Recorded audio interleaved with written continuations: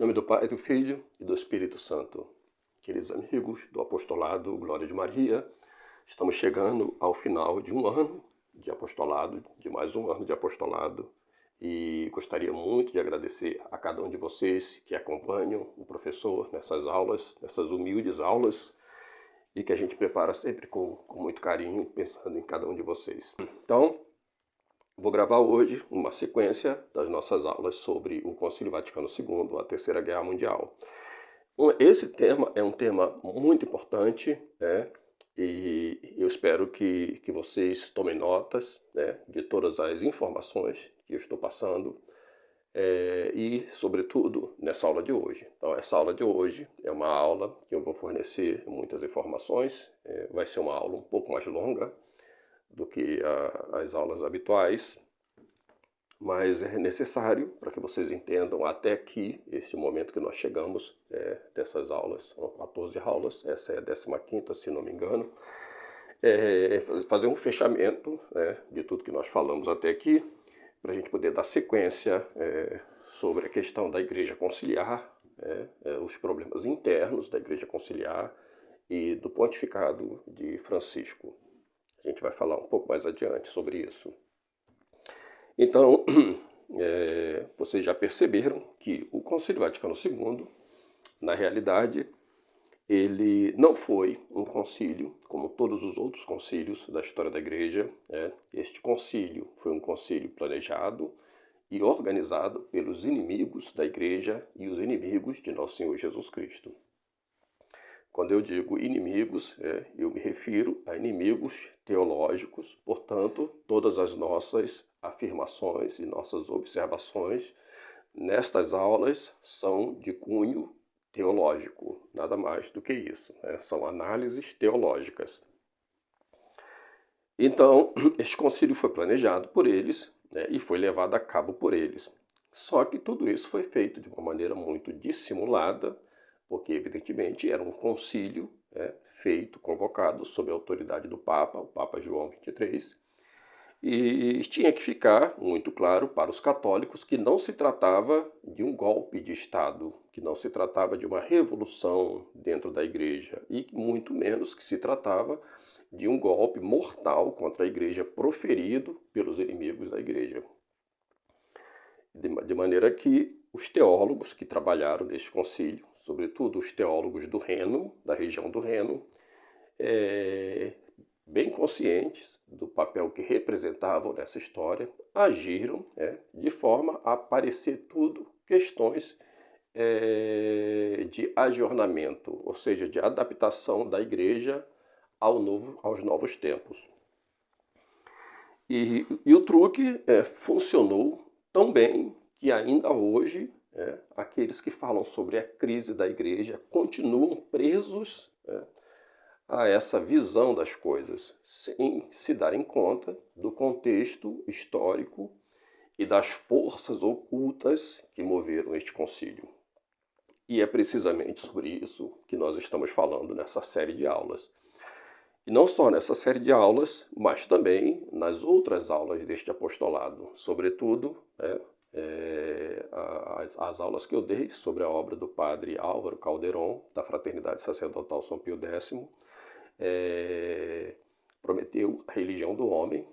Então, para aqueles que querem entender o truque teológico feito pelos peritos conciliares da região do Reno, assistam essas minhas aulas.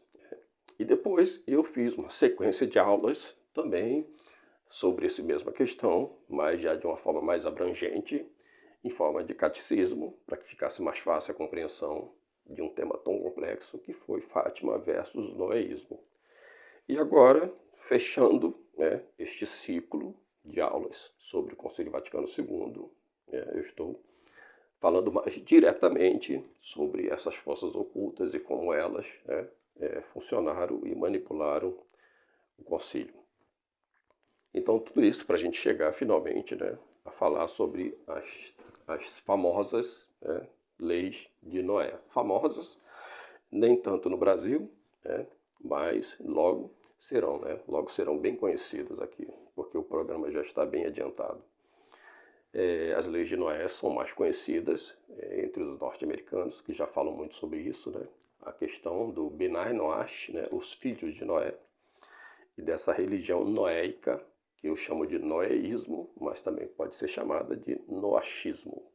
Também na França, alguns autores abordam o tema, na Itália também, mas infelizmente aqui no Brasil é um tema bastante desconhecido ainda. Mas vamos falar sobre essas leis de Noé, as tais leis de Noé. Primeiramente vamos falar o que elas não são, né? Então, as leis de Noé não são as leis naturais, porque o objetivo do inimigo é fazer com que se pense que essas leis de Noé são as leis naturais. E nós já vamos ver que elas não são as leis naturais e também elas não têm nada a ver com os 10 mandamentos. Por quê? Primeiramente porque essas leis de Noé, elas pressupõem, ou seja, elas partem do princípio de que há uma distinção de natureza entre os judeus e os não-judeus, que eles chamam de Goim. Então, essa diferença de natureza faz com que a humanidade tenha em si leis diferentes para seguirem. Este é um dado gravíssimo e muito importante para que vocês entendam tudo o que eu vou dizer na sequência. Essas chamadas leis de Noé não são bíblicas e elas constam apenas do Talmud. Então, lembrando a vocês que o Talmud não é a Torá, mas interpretações da Torá. A Torá, sim, são livros sagrados, mas que os judeus interpretam de acordo com seus próprios interesses e aplicam a Torá interpretações contínuas, que vai dando corpo ao chamado Talmud. O Talmud é cheio de historietas para justificar essas doutrinas que são fundamento dessa religião judaica. Bom, o Talmud conta uma história sobre um suposto pecado de Noé e de Cã, que é o que vai dar origem a essas 7 leis de Noé, que eu já vou falar delas daqui a pouquinho. São leis meramente naturalistas que não podem conferir nada aos não-judeus, além da submissão à autoridade deles.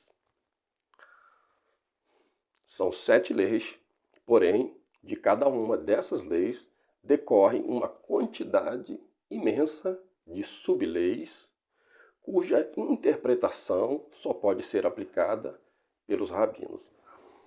Ou seja, os não-judeus devem se submeter a 7 leis, as quais eles mesmos não compreendem o sentido e o significado, e eles mesmos não podem aplicar nenhuma interpretação sobre essas leis, a não ser sob a autoridade de algum rabino da sinagoga. O Concílio Vaticano II, e este aqui é o ponto grave, ao aceitar a suposta aliança de Noé com Deus, baseada nessas 7 leis, repetindo, que são do Talmud e não da Sagrada Escritura, ao aceitar o princípio dessas 7 leis como código moral para toda a humanidade, o concílio traiu nosso Senhor Jesus Cristo, porque atribuiu aos judeus uma missão salvífica para os não-judeus, rejeitando desta maneira a graça santificante adquirida pelo sangue de nosso Senhor Jesus Cristo.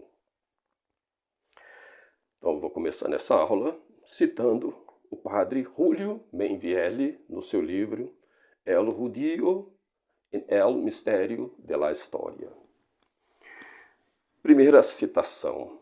O povo judeu cujo destino era trazer Cristo, tropeçou nele. A missão do povo judeu se encerrava em nosso Senhor Jesus Cristo. E em nosso Senhor Jesus Cristo terminou a missão do povo judeu. Não há missão do povo judeu para depois de Cristo. Esta missão destina-se à Igreja de Cristo, à Igreja Católica. E foi por isso, por não aceitar essa realidade, que nosso Senhor Jesus Cristo virou pedra de tropeço na qual eles tropeçaram. Parte do povo judeu acreditou em Cristo, formando assim a Igreja Católica. E a outra parte o renegou, formando o judaísmo. Então, o judaísmo é uma religião que só existe como tal devido à negação deles a nosso Senhor Jesus Cristo. Segundo ponto, o judaísmo é um inimigo declarado e ativo de todos os povos. E vocês vão entender nesta aula por quê. Em especial dos católicos. Terceiro ponto, os judeus são inimigos teológicos. Essa inimizade é, portanto, universal, inevitável e terrível. Quarto ponto, depois da crucifixão, o mundo se dividiu em duas forças opostas, a judaica e a católica. Quinto ponto, a única defesa e proteção dos povos do mundo para não cair na escravidão judaica é a vida católica. Por isso, a Idade Média não sofreu a dominação judaica. Sexto ponto, os cristãos não devem odiar os judeus, mas devem imperiosamente se proteger deles. Sétimo ponto, os cristãos não devem dar aos judeus direitos de igualdade, porque, na verdade, se trata de superioridade, já que eles se veem como superiores aos outros povos. Muito bem. Então, para vocês lembrarem por que é que essas chamadas leis de Noé não são as leis naturais, eu recomendo que assistam a minha aula sobre a lei natural. Nessa aula de hoje, eu vou apenas dizer alguma coisa sobre a lei natural. Mas recomendo que assistam essa minha outra aula. Pois bem, a lei natural, que de certa forma está gravada no homem e que o homem apreende pela sindérese, ela corresponde àquilo que Deus mesmo escreveu no Monte Sinai, nas tábuas dos 10 mandamentos, ou seja, são os próprios 10 mandamentos. E nosso Senhor escreveu para Moisés, porque os homens, com a força do pecado, haviam gradativamente se esquecendo-se dessas leis naturais, ou procurando não segui-las. Bom, vejamos. O homem é uma criatura composta, ou seja, ele é formado de alma e corpo, uma alma espiritual e um corpo animal. Esta alma espiritual, ela contém 3 potências. A inteligência, cujo objeto próprio é o conhecimento da verdade. A vontade, cujo objeto próprio é a procura do bem. E a sensibilidade, cujo objeto próprio é a beleza. E o corpo animal do homem busca a vida através da autopreservação e da procriação. Pois bem,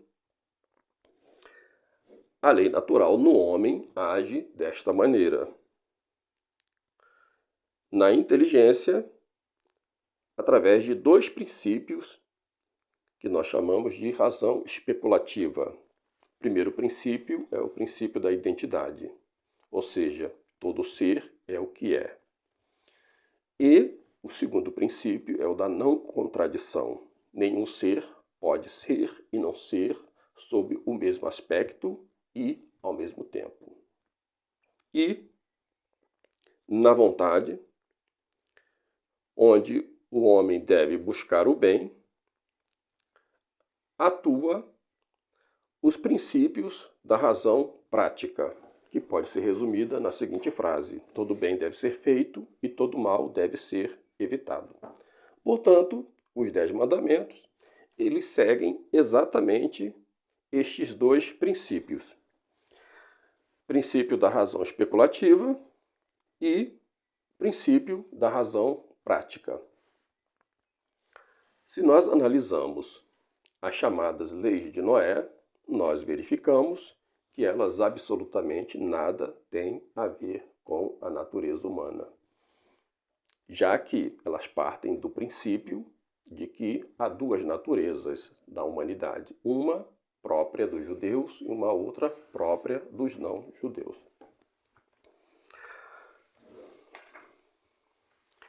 Quais são essas 7 leis de Noé?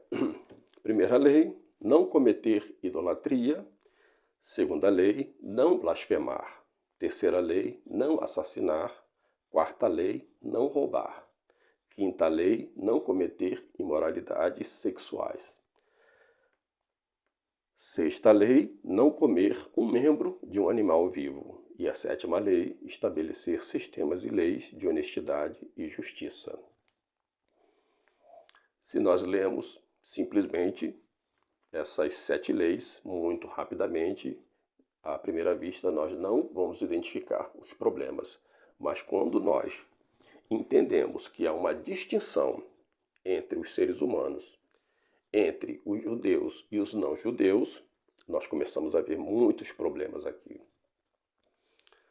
Primeiro porque a interpretação dessas leis e a aplicação das suas sub-leis, que nós não conhecemos, porque elas dependem da interpretação, só podem ser feitas pelos próprios rabinos judeus.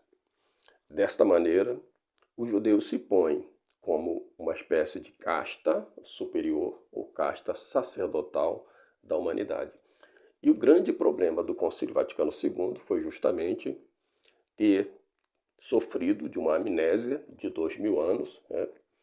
E esquecendo que o judaísmo não é a religião do Antigo Testamento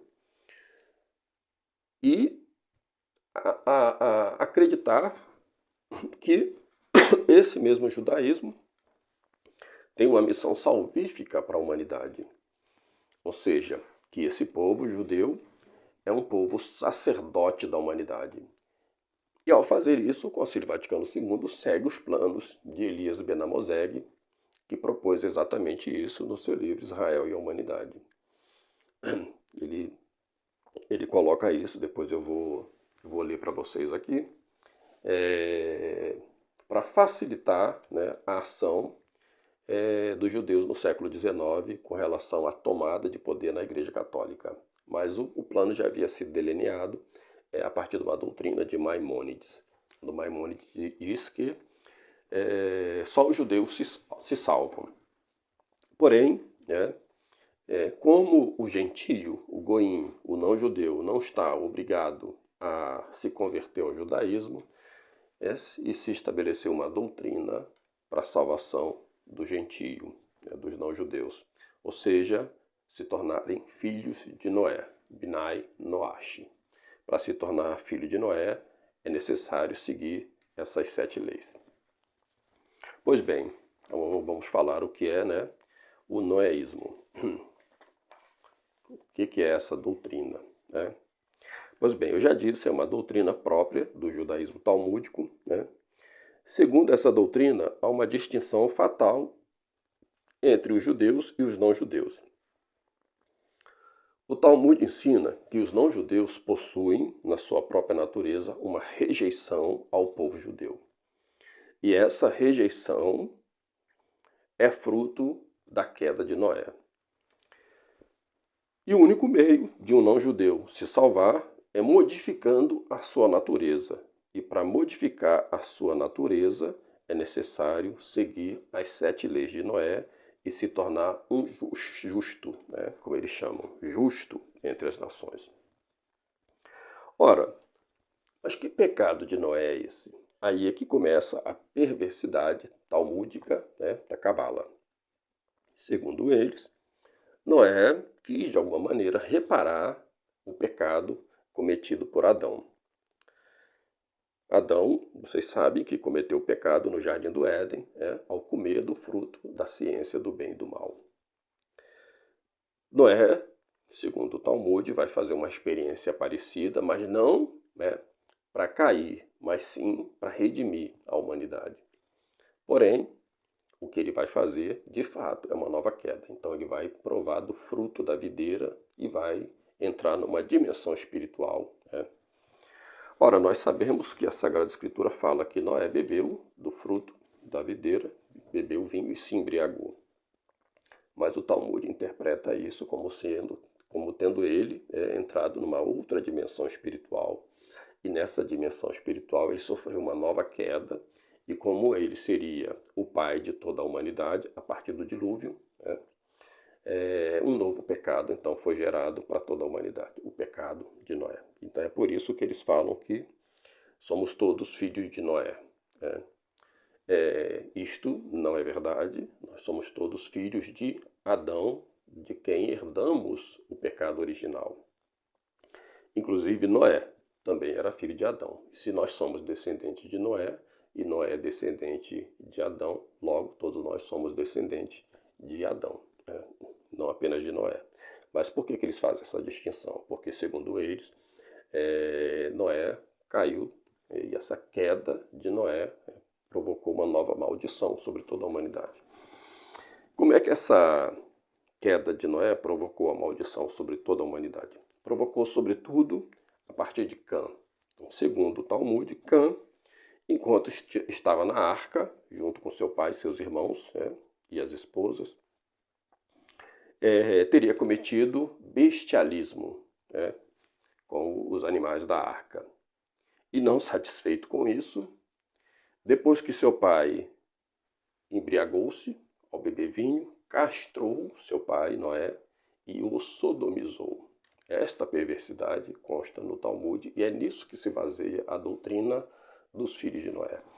Dessa maneira, uma maldição imensa caiu sobre toda a humanidade, a tal ponto que Deus quis exterminar a raça humana novamente. Porém, Deus decidiu dar uma outra chance para a humanidade e escolheu Noé, um homem justo, como símbolo dessa esperança. A partir de então, todos os filhos de Noé que seguissem as leis que Deus passou para Noé, ou seja, essas 7 leis, alcançaria a salvação. Muito bem. Mas o problema nisso daí também está no seguinte, por que os judeus não se incluem como filhos de Noé? Porque, segundo o Talmud, no Sinai, quando Moisés recebeu as leis de Deus, a divindade foi transferida, ou seja, emanou para todo o povo judeu, propiciando assim uma redenção ao povo judeu. E é por isso que o povo judeu não está sujeito às 7 leis de Noé e não se considera também filhos de Noé. Se consideram divindades que emanaram do Sinai quando receberam as leis de Moisés. E por isso eles são submetidos apenas às leis de Moisés. E se colocam assim como sacerdotes da humanidade, porque, segundo essa doutrina, a única maneira dos homens alcançarem a paz na terra é vivendo sob as leis de Noé, ou seja, sob a autoridade do povo judeu. Esta a missão salvífica do povo judeu, que o Concílio Vaticano II assumiu como doutrina, assumiu como a doutrina da Igreja Católica, substituindo assim a salvação de nosso Senhor Jesus Cristo, substituindo assim a missão da Igreja, de arca de salvação, porque a Sagrada Escritura fala de Noé, fala da aliança de Deus com Noé, mas no sentido de que a arca seria a figura da igreja, ou seja, aqueles que estão fora da arca não se salvam. O Concílio Vaticano II assumiu essa doutrina da salvação, essa nova soteriologia baseada no Talmud, e nessas leis de Noé. Bom, isto por si só, já é tremendamente terrível. Agora, como é que essa mentalidade penetrou na cristandade? Isso vai se dar no final da Idade Média, evidentemente, com o chamado humanismo. Então, quando a gente fala humanismo, nós já estamos falando dessa doutrina naturalista, porque o humanismo é exatamente isso, a rejeição do pecado original, a rejeição da redenção. Se não há pecado original, não há necessidade de um redentor. E se não há redenção, o homem não precisa da graça santificante, porque o fim do homem, a finalidade do homem, não é sobrenatural, mas apenas a felicidade nesse mundo. Então vocês vão ver que no final das contas o que o Concílio Vaticano II faz é destruir uma teologia de salvação com fim sobrenatural e substituir por uma teologia, entre aspas, de fim unicamente naturalista. Isso não é outra coisa senão o noeísmo. E eu dizia que a penetração dessas ideias vão se dar em fins da Idade Média. Então eu gostaria de ler para vocês o momento em que isso vai acontecer, justamente no momento em que o Papa Bonifácio VIII havia reafirmado aquela doutrina social de Nosso Senhor Jesus Cristo, que se compreendia bem na Idade Média, e era bem aplicada na Idade Média, pelo menos no âmbito da cristandade medieval. Mas que, infelizmente, justamente quando essa doutrina estava bem expressa, foi o momento em que ocorreu o declínio do sistema feudal, que propiciava exatamente a essa doutrina, e desfazendo assim todo o equilíbrio dessa ordem medieval. Então vejamos o que dizia o Papa Bonifácio VIII na sua bula papal Una Sancta. Una Santa Católica e Apostólica. Esta é a igreja que devemos crer e professar, já que é isso o que ensina a fé. Nesta igreja cremos com firmeza e com simplicidade testemunhamos. Fora dela não há salvação, nem remissão dos pecados, como declara o esposo no cântico. Uma só é minha pomba, sem defeito. Uma só, a preferida pela mãe que a gerou. Ela representa o único corpo místico cuja cabeça é Cristo, e Deus é a cabeça de Cristo. Nela existe um só Senhor, uma só fé e um só batismo. De fato, apenas uma foi a arca de Noé, na época do dilúvio. Ela foi a figura antecipada da única igreja, encerrada com um côvado. Teve um único piloto e um único chefe, Noé. Como lemos, tudo que existia fora dela, sobre a terra, foi destruído. Esta única igreja nós a veneramos, como diz o Senhor pelo profeta: salva minha vida da espada, meu único ser da pata do cão. Ao mesmo tempo que ele pediu pela alma, ou seja, pela cabeça, também pediu pelo corpo, porque chamou o seu corpo como único, isto é, a igreja, por causa da unidade da igreja no seu esposo, na fé, nos sacramentos e na caridade. Ela é a veste sem costura do Salvador, que não foi dividida, mas tirada à sorte. Por isso, esta igreja una e única tem um só corpo e uma só cabeça, e não duas, como um monstro. É Cristo e Pedro, vigário de Cristo, e o sucessor de Pedro, conforme o que disse o Senhor ao próprio Pedro: apacenta as minhas ovelhas. Disse minhas em geral, e não esta ou aquela em particular, de forma que se subentende que todas lhe foram confiadas. Assim, se os gregos ou outros dizem que não foram confiados a Pedro e aos seus sucessores, é necessário que reconheçam que não fazem parte das ovelhas de Cristo, pois o Senhor disse no Evangelho de São João: há um só rebanho e um só pastor. As palavras do Evangelho nos ensinam: esta potência comporta duas espadas. Todas as duas estão em poder da igreja, a espada espiritual e a espada temporal. Mas esta última deve ser usada para a igreja, enquanto que a primeira deve ser usada pela igreja. Então são duas espadas, dois poderes, o poder temporal e o poder espiritual. Todas duas a serviço da igreja.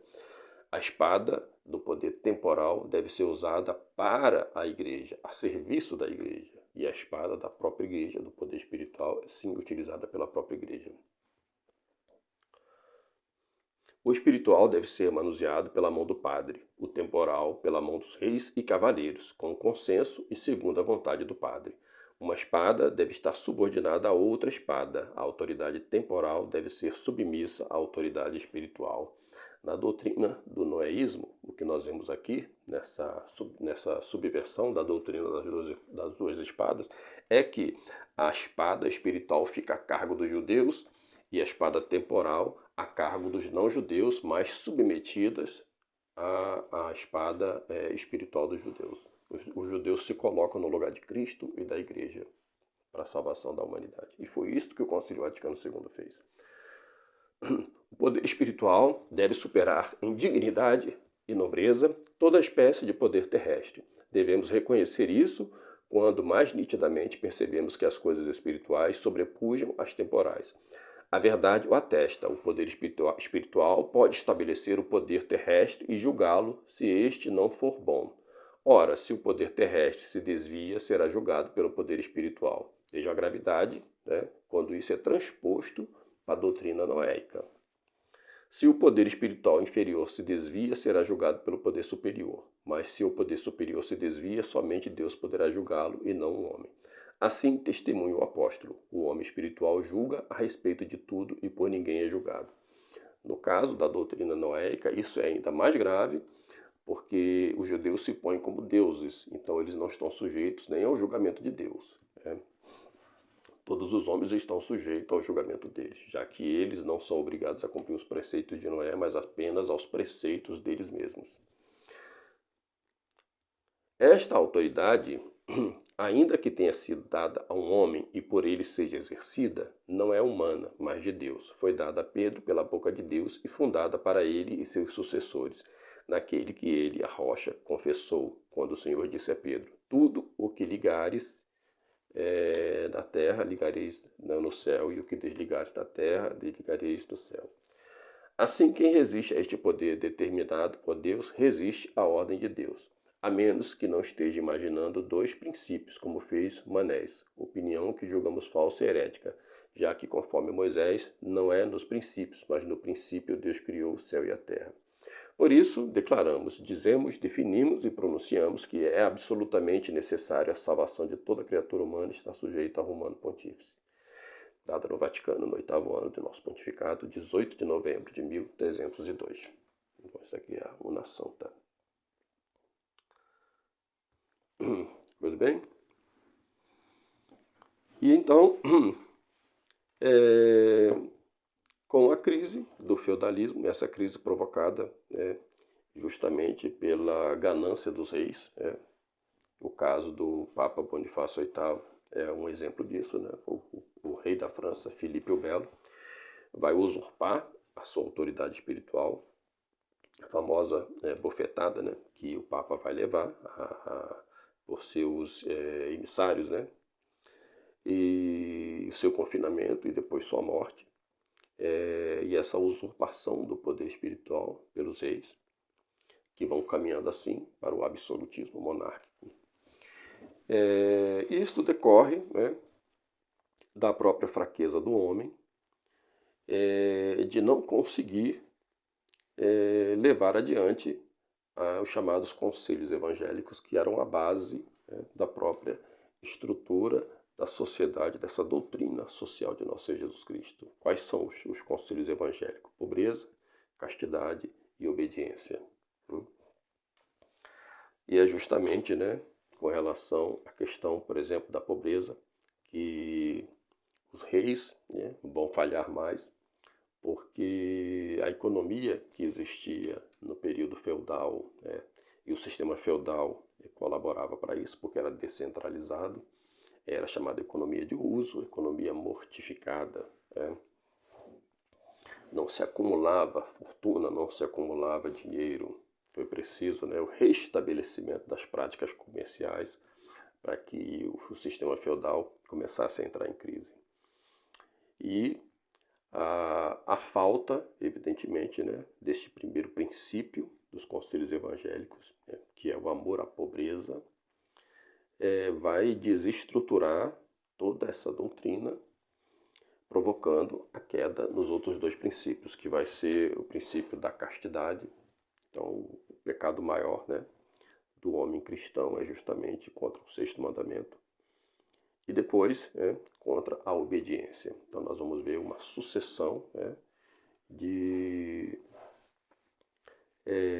insurreições contra, primeiro, essa que eu acabei de citar agora, do rei Filipe o Belo contra o Papa Bonifácio VIII, e depois dos súditos contra os reis, e finalmente dos próprios fiéis contra a própria igreja, que vai culminando nesse movimento da reforma protestante, chamada Reforma Protestante de Martim Lutero, e que vai dividir finalmente a Europa. A cristandade vai chegar ao fim com a paz de Westfália, depois das guerras religiosas, a Guerra dos 30 anos. Pois bem, o que vai triunfar então aí vai ser essa doutrina humanista, que não é nada mais nada menos do que a assimilação dessas leis de Noé, porque quem não se submete a nosso Senhor Jesus Cristo vai se submeter aos judeus, como eu disse no início da aula citando o padre Rulli Meirelli. Isso é absolutamente fatal. Todos aqueles que não querem se sujeitar ao reinado social de nosso Senhor Jesus Cristo, a sua doutrina, a sua redenção, vai objetivamente cair como escravo dessa doutrina judaica do noéismo. E o que eu venho dizendo nestas aulas é que o Concílio Vaticano II não foi nada mais, nada menos do que a concretização deste projeto através de um concílio ecumênico. Eu recomendo também que vocês leiam vivamente o documento escrito pelo Michel Laurigan, chamado do mito entre aspas, da substituição à religião noaquida. Ali ele vai contar toda essa história que eu estou contando aqui para vocês, em forma de capítulos, para que vocês tenham um aprofundamento maior sobre essa situação toda. E ele conta nesse artigo, e aí vocês vão poder conferir tudo aquilo que eu tenho explicado aqui. Só que nas minhas aulas eu estou explicando isso tudo de uma forma mais rica, com mais dados, com mais detalhes. Mas, resumindo, foi exatamente isso que aconteceu. É muito triste que os nossos padres ainda não acordaram para essa realidade, mas esse projeto avança a olhos vistos. Basta que vocês pesquisem aí na internet, procurem observar como está o crescimento disso, sobretudo a partir dos anos 60, 1965, é a data-chave, a data que fecha o concílio, e a data em que as casas Binai Noash para a educação dos não-judeus dentro dessa doutrina foram se propagando pelo mundo. E se vocês observarem bem as declarações dos bispos, a partir daí vocês vão perceber que todas essas declarações desses bispos, no primeiro momento, parecem desconcertantes, porque não são como católicas, mas se vocês entenderem a doutrina subjacente a isso tudo, fica muito claro que eles estão defendendo essa doutrina dos filhos de Noé. Bom, então, para que vocês tenham uma noção da gravidade do problema que nós estamos tratando aqui, e também do nível de traição da hierarquia católica, eu vou ler para vocês alguns trechos do artigo do Michel Laurigan, chamado Do Mito da Substituição, entre aspas, a religião noaquida, que vocês podem encontrar na internet, e eu vou colocar na descrição desse vídeo o link. Bom, então Então ele diz assim, né? Por ocasião da entrega do prêmio Nostra Aetate, em 20 de outubro de 1998, na sinagoga Sutton Place, Nova York, concedido conjuntamente por Samuel Pizar e o Centro de Entendimento entre Judeus e Cristãos da Universidade do Sagrado Coração de Fairfield, nos Estados Unidos, o cardeal Jean Lustiger. Esse cardeal era judeu que se converteu, né, ao catolicismo e mais tarde se tornou arcebispo de Paris. Sempre foi conhecido como cardeal judeu. Ele fez uma declaração com um título promissor: O Amanhã de Judeus e Cristãos. Essa afirmação, cuja importância não escapou a ninguém na época, ainda hoje merece nossa atenção. Diante dos líderes do mundo judaico, o cardeal apresentou um panorama histórico das relações judaico-cristãs e fez uma análise aprofundada da obra de salvação da humanidade. Olha como ele vai inverter a obra de salvação. Ele vai tirar nosso Senhor Jesus Cristo e vai colocar os judeus. Seria de se esperar lembrar-se ele alguns fatos da teologia católica sobre a história da salvação. Longe disso, foi antes a estreia de uma nova teologia da história. Algumas citações do cardeal nos permitirão compreender a seriedade de suas observações e introduzirão este estudo. No momento da entrada no terceiro milênio da era cristã, isso o cardeal dizendo, iniciou-se uma nova época na história da humanidade. Está ocorrendo uma virada de página na história da humanidade. Nas relações judaico-cristãs, os cristãos finalmente abriram seus olhos e ouvidos para a dor e a mágoa dos judeus. Querem os cristãos carregar o peso sem transferi-lo para os outros e não querem parecer inocentes. Isso no aniversário de Nostra Aetate. Michel Lurigan pergunta: qual é o pecado pelo qual os cristãos devem carregar um fardo? O cardeal se compromete a respondê-la no capítulo intitulado Eleição e Ciúme, que deve ser citado na íntegra ao descrever a história da salvação de forma tão errônea. A escolha recai sobre o povo judeu infiel. Nunca foi revogada por causa da escolha do povo eleito. O ciúme é uma coisa cristã. A inveja em relação a Israel, citando aqui o cardeal, é tamanha, que rapidamente assumiu a forma de uma reivindicação de herança, eliminar o próximo, ou seja, alguém diferente de si mesmo. Os pagãos convertidos tinham acesso às escrituras e aos feriados judaicos, mas o movimento de ciúme humano, muito humano, levou-os a colocar os judeus à margem ou mesmo fora, isto é, expulsou-os de seu judaísmo, de suas práticas, de seus ritos, de suas crenças. Com efeito, diz o cardeal, o número e a força dos pagãos convertidos vieram perturbar e inverter a economia da salvação. Este movimento tendeu a esvaziar a existência judaica de seu conteúdo concreto, carnal e histórico, concebendo a vida da igreja sob a figura de uma realização definitiva da esperança e da vida judaica. Assim se desenvolveu a teoria da substituição. Avança o cardeal Lustiger, tentando provar terem os cristãos despojado os judeus de seu papel de povo eleito e de povo sacerdotal, portador da salvação dos homens. Citando novamente ele, quando Constantino concedeu aos cristãos uma tolerância que equivalia ao reconhecimento do cristianismo na vida do Estado e o estabeleceu como a religião do Império, os judeus foram violentamente marginalizados. Esta foi uma maneira simplista e rude de rejeitar os tempos da redenção e seu trabalho de parto.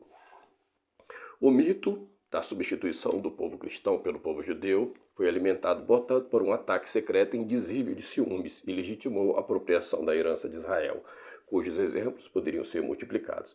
Para citar apenas um, a pretensão dos reis da França de serem descendentes de Davi, que determinou a seus conselheiros tivessem suas sagrações celebradas conforme o cerimonial dos reis de Israel, assim como nos conta a Bíblia e tal como já havia sido feito em Bizâncio. Então, segundo o cardeal Lustiger, né, a salvação da humanidade depende dos judeus e assim seria se não fosse o cristianismo. Como esse homem se tornou cardeal? E ele ousa ainda citar a unção dos reis da França. Eu acabei de citar anteriormente, né, a doutrina das duas espadas. Estes reis eram ungidos porque estavam a serviço de Cristo, a serviço da Igreja Católica. E assim, de certa forma, participavam do sacerdócio também da Igreja. Até o final do seu panorama histórico e de sua singular teologia da história, o cardeal Lustiger tranquiliza seus ouvintes. Os tempos mudaram, o tempo do desprezo se extingue para dar lugar ao da valorização. Dentro em breve, a herança será devolvida ao seu legítimo dono, o povo judeu. A verdadeira Israel, que se torna novamente um povo sacerdotal, que trará a autêntica salvação às nações, a paz aos gentios e aquela unidade de que o mundo tem necessidade. A conclusão dele. A Igreja Católica condensou esta tomada de consciência na Declaração Nostra Aetate do Concílio Vaticano II, que durante 30 anos deu origem a numerosas conquistas de posições, especialmente sob o impulso do Papa João Paulo II, o São João Paulo II. Mas a esta nova compreensão ainda cabe transformar profundamente os preconceitos e as ideias de tantos povos pertencentes ao espaço cristão, cujos corações ainda não estão purificados pelo Espírito do Messias. Que Messias, né? Messias judaico, né? A experiência histórica mostra-nos isto. Necessita-se uma longa paciência e um grande esforço educativo para possuir a alma. No entanto, o curso empreendido é irreversível. Quer dizer, não tem mais retorno, né? Não tem volta. O comentário de Michel Laurigan. Em poucas palavras, trata-se de cristãos ciumentos que assumem a herança dos judeus, suplantando-os no papel de povo de Deus e instrumento da salvação para o mundo. Da admissão e confissão desta falta no século XX, depois da tomada de consciência no Concílio Vaticano II, de dever esta herança ser devolvida aos judeus despossuídos, e da necessidade de reparar o erro cometido, dando tempo ao tempo para mudar o espírito dos cristãos, o movimento da história é irreversível. Mais recentemente, em 2002, o cardeal Lustiger interveio em um congresso judaico europeu, em um congresso judaico mundial e perante o Comitê Judaico da América do Norte, expondo uma reflexão sobre a escolha e vocação de Israel e suas relações com as nações.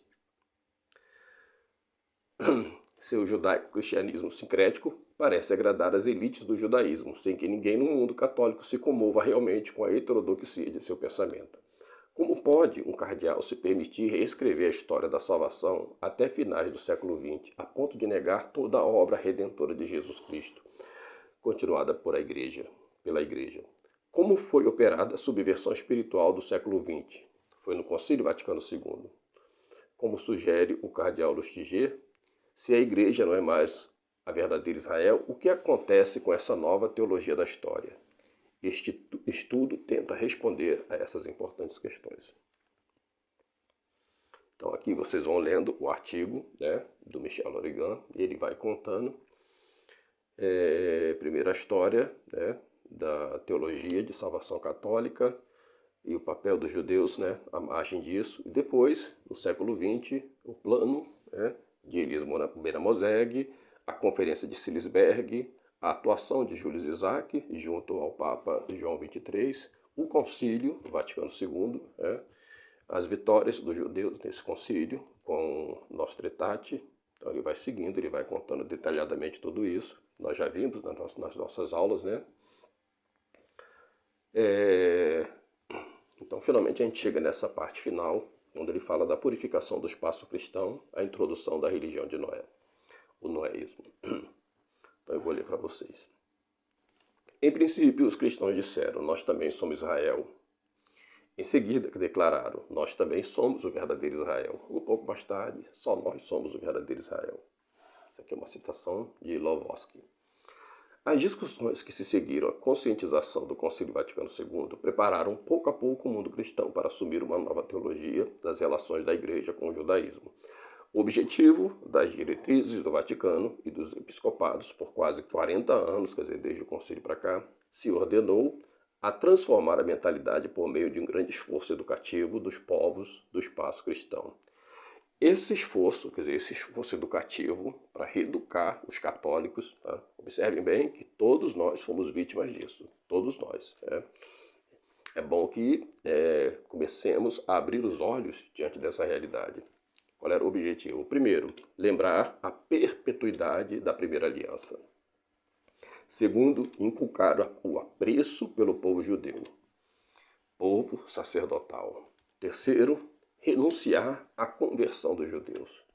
Quarto, familiarizar-se constantemente com o diálogo e a cooperação com o judaísmo. E quinto, preparar os caminhos rumo à religião de Noé. As altas autoridades vaticanas induziram os episcopados a publicar declarações cujo conteúdo teológico se opõe claramente ao magistério da Igreja. A nova teologia da aliança, segundo o episcopado. Podemos ilustrar nossa observação com dois exemplos. O texto da Comissão do Episcopado Francês para as Relações com o Judaísmo, Páscoa de 1973, e as reflexões sobre a aliança e a missão do Episcopado norte-americano de 13 de agosto de 2002. Na opinião dos judeus, são duas declarações cujo conteúdo supera em muito as afirmações do concílio. Os aspectos heterodoxos não escapam à consideração de ninguém. Então, citando. Os cristãos não devem ver o judaísmo apenas como uma realidade social histórica, mas essencialmente religiosa.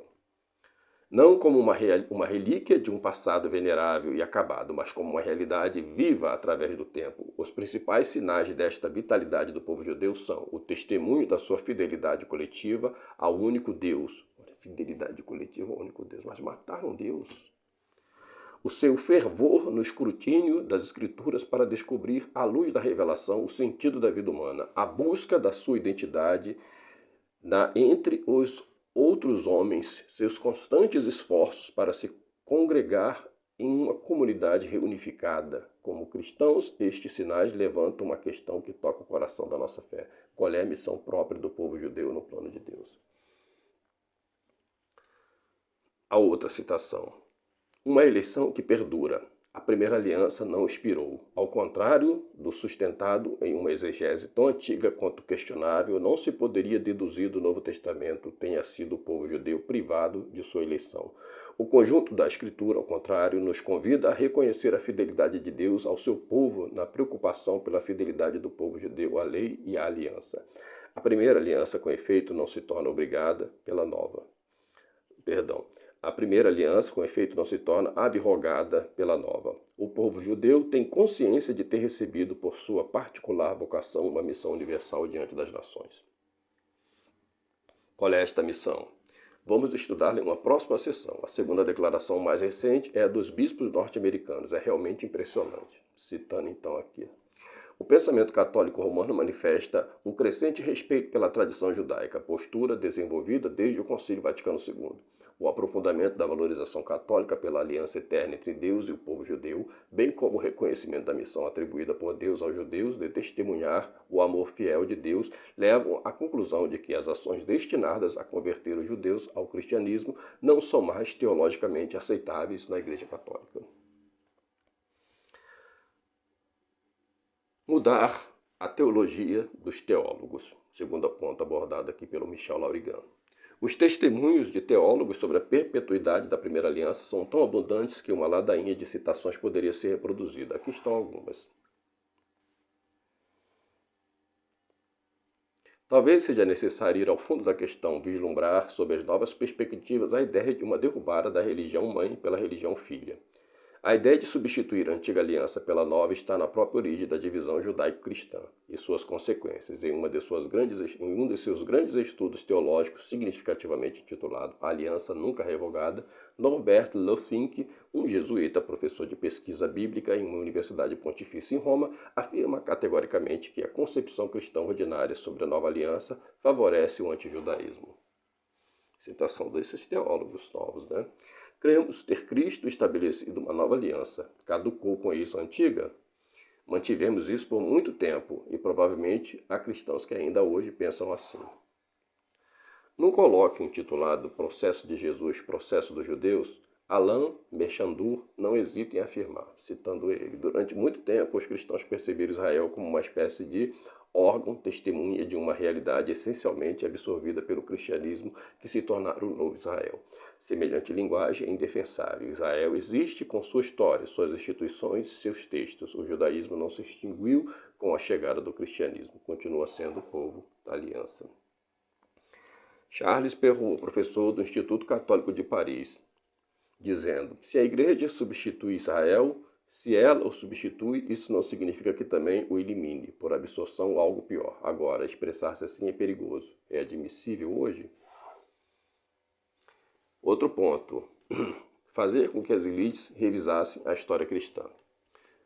Como a sua teologia, a Igreja deve revisar sua história. Nesse sentido, o Vaticano multiplica as reuniões de especialistas. Em Roma ou noutras cidades europeias, realizam-se diversos colóquios, cujo tema é a história da Igreja em relação à sua atitude perante o judaísmo.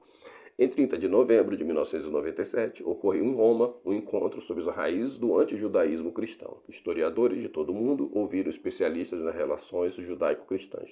Claude François Julianus conta, no Le Nouvel Observateur, que foi o assunto do debate. Qual foi o assunto do debate? Citando ele.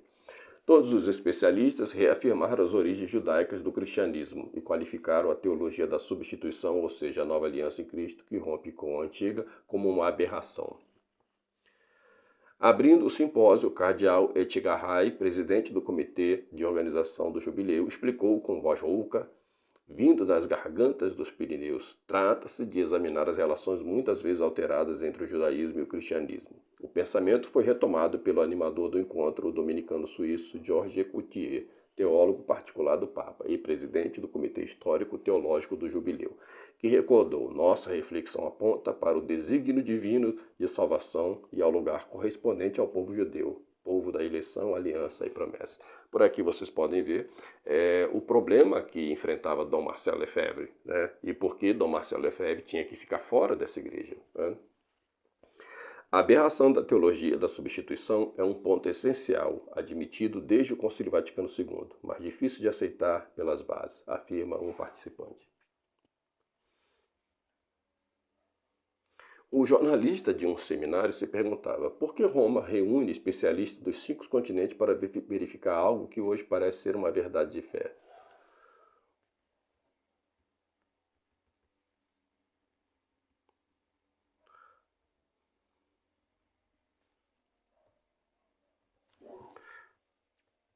Outro colóquio foi realizado na Universidade de Freiburgo, de 16 a 20 de março de 1998, sobre o tema do judaísmo, antijudaísmo e cristianismo. As atas foram publicadas nas edições de Saint Augustin, do ano 2000, e todas as intervenções se revestem do maior interesse. Ainda mais recentemente, o Congresso Judaico Europeu organizou em Paris, nos dias 28 e 29 de janeiro de 2002, os encontros europeus entre judeus e católicos sobre o tema, depois do Vaticano II de Nostra Aetate. Aprofundamento das relações judaico-cristãs na Europa sob o pontificado de João Paulo II. Em seu transcurso foram homenageadas várias personalidades envolvidas no diálogo entre judeus e cristãos. Algumas sessões vespertinas realizadas no salão do Hotel de la Ville de Paris em 28 de janeiro de 2003 reuniram cerca de 700 pessoas entre judeus e católicos. A lista de oradores inclui Matre Haim Heidenberg, presidente dessas reuniões, professor Jean Halperin, do Comitê de Ligação entre Judeus e Católicos, cardeal Lustiger, o rabino-chefe de Moscou, Pinchas Goldschmidt, rabino-chefe René Samuel Sirá, o Dr. Michel Friedman, vice-presidente do Congresso Judaico Europeu, e o cardeal Walter Kasper, o queridinho do Bergoglio, presidente da Pontifícia Comissão para as Relações Religiosas com o Judaísmo. Em seu discurso, todos os palestrantes enfatizaram a importância dos passos dados desde Nostra Aetate. Cito, muito foi dito naquela tarde sobre as atuais relações judaico-cristãs. Soprou um novo espírito que realmente tomava nota dos gestos, das palavras dos católicos, especialmente de João Paulo II. Uma nova página, uma nova etapa. Esse é o sentimento que, por outro lado, iria se confirmar no decorrer do dia seguinte, depois das apresentações dos diversos oradores e da projeção do filme Papa João Paulo II na Terra Santa. Fez-se um grande silêncio na grande sala. No dia seguinte, 29 de janeiro, diante de um público mais limitado e na presença de vários cardeais, bispos e personalidades judaicas de algumas delegações vindas da Alemanha, Áustria, Bélgica, Itália, Suíça e Polônia, no mesmo clima de positividade e de verdade, abordou-se o tema, a evolução das relações judaico-cristãs, da teoria da substituição ao respeito mútuo, sobre a necessidade de transmissão da memória do Shoah no contexto atual. Não pode haver diálogo entre o judaísmo e o cristianismo, porque o cristianismo é para a salvação de todos os homens. Todos os homens são iguais, porque sua natureza é decaída e só recebem a graça santificante pelo sangue de Cristo. No judaísmo, os homens são diferentes e os judeus são superiores. Não existe diálogo entre superior e inferior. À tarde, vários palestrantes falaram sobre os desafios da assimilação e da secularização, a evolução das relações judaico-cristãs com o Estado de Israel e Jerusalém. As jornadas foram concluídas com uma declaração conjunta de judeus e católicos. Poderíamos multiplicar os relatórios sobre diferentes reuniões, congressos, simpósios, conferências, etc., que abundam ano após ano. Bom, seguindo em frente, parte 3 aqui do artigo Rumo à Religião de Noé.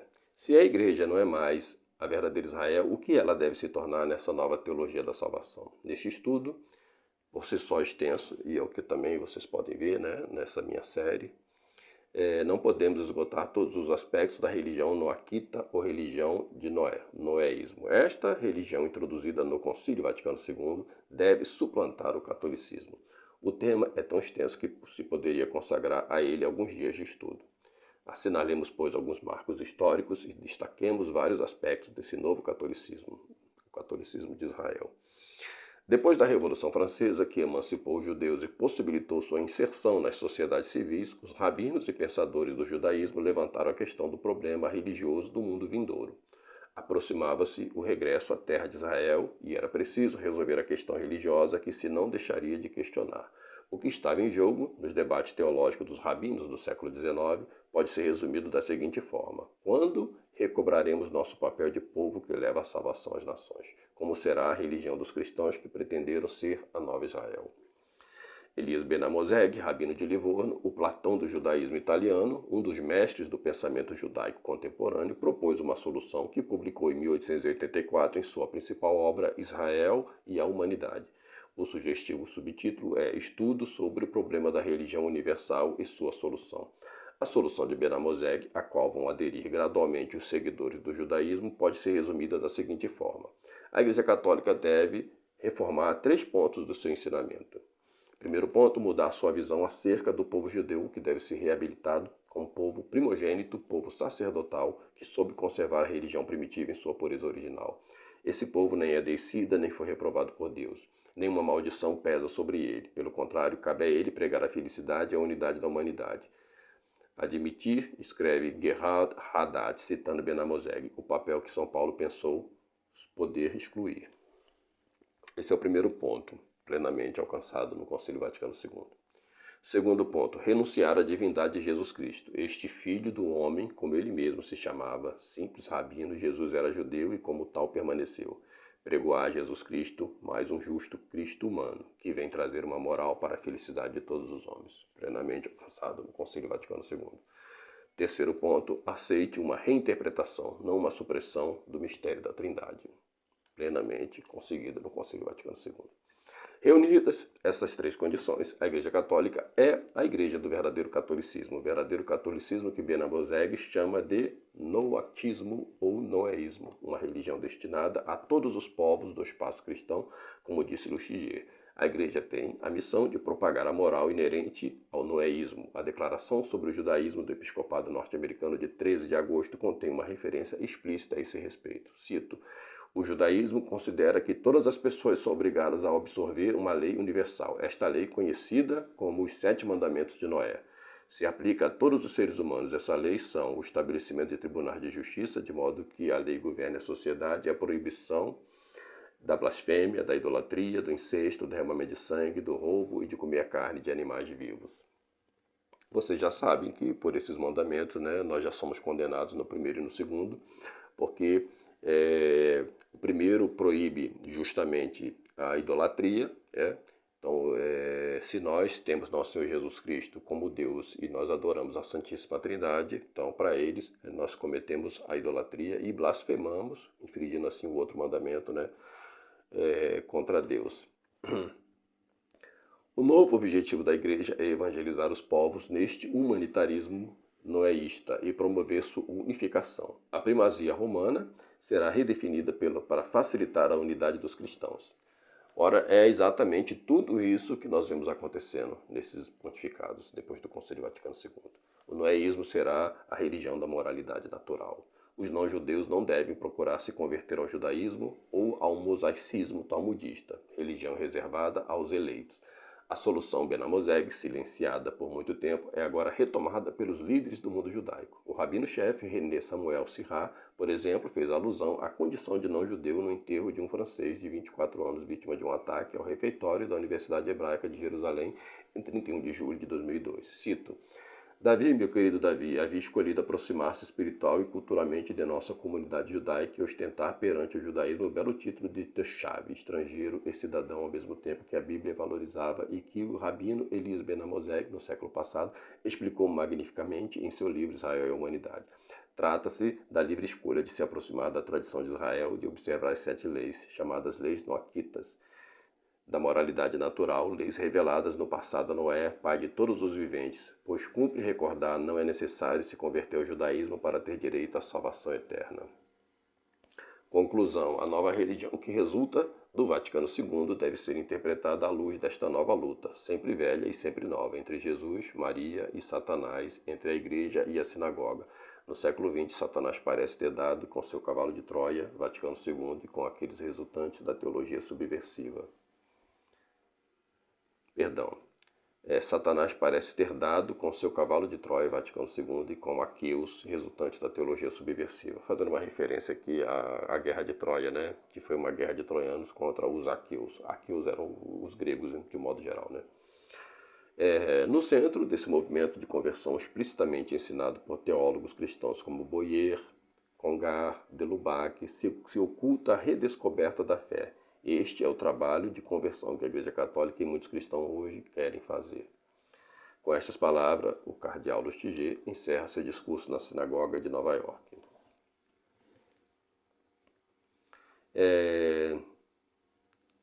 Poderia ficar fazendo aqui várias citações, né? Mas eu vou adiantar, essa aula também vai ficar muito longa, né? Vai ficar uma aula muito extensa também. Mas vale a pena que vocês deem uma lida no artigo por completo, né? Só para a gente encerrar, né? A declaração do Monsenhor Sam Brady, arcebispo de Armagh, primário da Irlanda.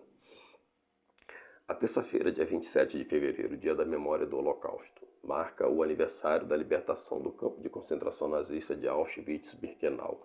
Um dos propósitos de marcar este dia é tentar assegurar, em qualquer lugar do mundo, jamais se repitam os horrendos crimes cometidos durante o Holocausto. O racismo e a intolerância continuam levantando suas inquietantes cabeças, bem mais próximos, embora em proporção bem menor, e em diferentes contextos e circunstâncias. Uma sociedade verdadeiramente democrática e tolerante, livre dos males do preconceito, do racismo e de outras formas de intolerância, reconhece e respeita a todo momento a dignidade de todos os seus cidadãos, independentemente da raça, religião, sexo ou condição social. O Dia da Memória do Holocausto nos chama a todos a trabalhar para construir uma tal sociedade. Que o Deus de Abraão, Alá e Jesus Cristo, o Deus da misericórdia, justiça e amor, nos dê forças para contribuir na construção dessa verdade. Deus de Abraão, Alá e Jesus Cristo. É a casa da família abraâmica, né? Que nós vemos agora concretizada com o Papa Francisco. Que é isso, senão o noeísmo, né? A implantação definitiva dessa religião universal blasfema, né? Contrária a Deus. Católicos, abram os olhos, né? É duro essa realidade, mas é a realidade, nós precisamos encarar essa realidade. Abram os olhos antes que seja tarde demais, voltem para a igreja verdadeira, abandonem essa igreja conciliar. Essa igreja conciliar não é a igreja de nosso Senhor Jesus Cristo. Em nome do Pai, do Filho e do Espírito Santo.